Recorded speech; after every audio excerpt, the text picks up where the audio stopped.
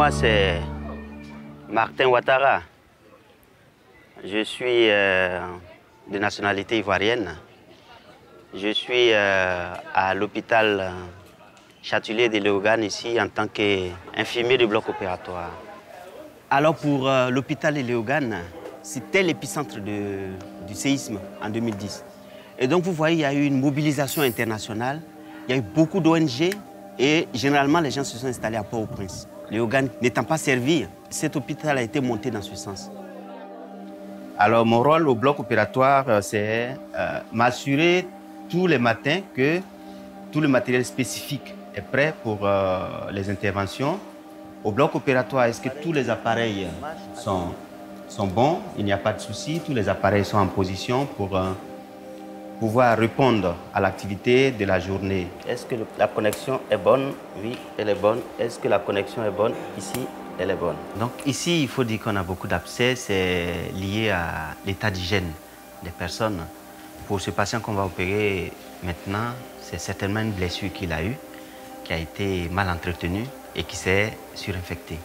Et maintenant, ça lui fait un gros abcès là qu'on va essayer d'inciser. On va le drainer. L'exemple au docteur Franglais.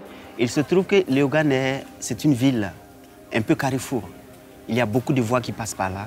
Et donc, après le séisme de 2010, il se trouve que l'autre urgence qu'on a découvert en s'installant ici, c'est aussi les accidents de la route.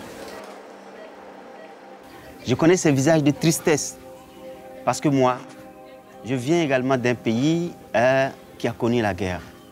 Je pense que tout le monde le sait, la Côte d'Ivoire. En 2002, on a eu un terrible affrontement chez nous, en Côte d'Ivoire.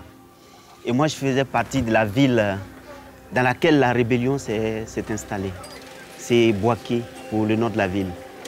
Et donc, j'ai connu Médecins sans frontières dans les situations où j'étais en position d'être aidé. Et maintenant, je suis dans la position où c'est moi qui veux aider. Pour moi, l'humanitaire, c'est ces gens, ce monde de personnes qui arrivent dans ces situations, dans ces milieux qui sont dévastés et qui peuvent, en quelque sorte, disons, arracher un sourire. Il faut avoir du cœur pour faire ce métier. Parce que chez moi, en Côte d'Ivoire, par exemple, là où j'ai vécu la plus horrible de mon histoire, il arrive que tu vois des corps déchiquetés, il faut avoir du cœur. Et il faut avoir ce cœur pour pouvoir voir l'horreur, ce qui est horrible, et vouloir continuer quand même.